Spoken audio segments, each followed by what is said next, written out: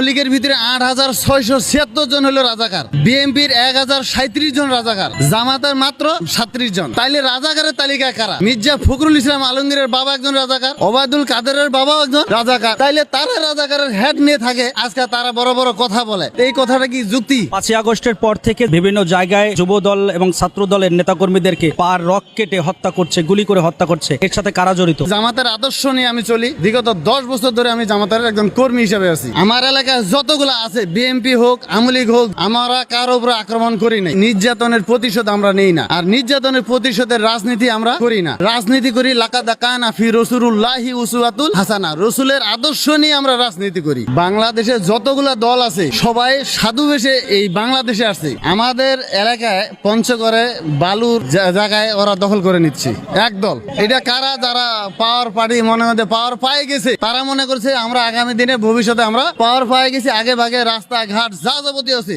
সব দখলে আছে। এই দলটা হলো বাংলাদেশ জাতীয়বাদী দল।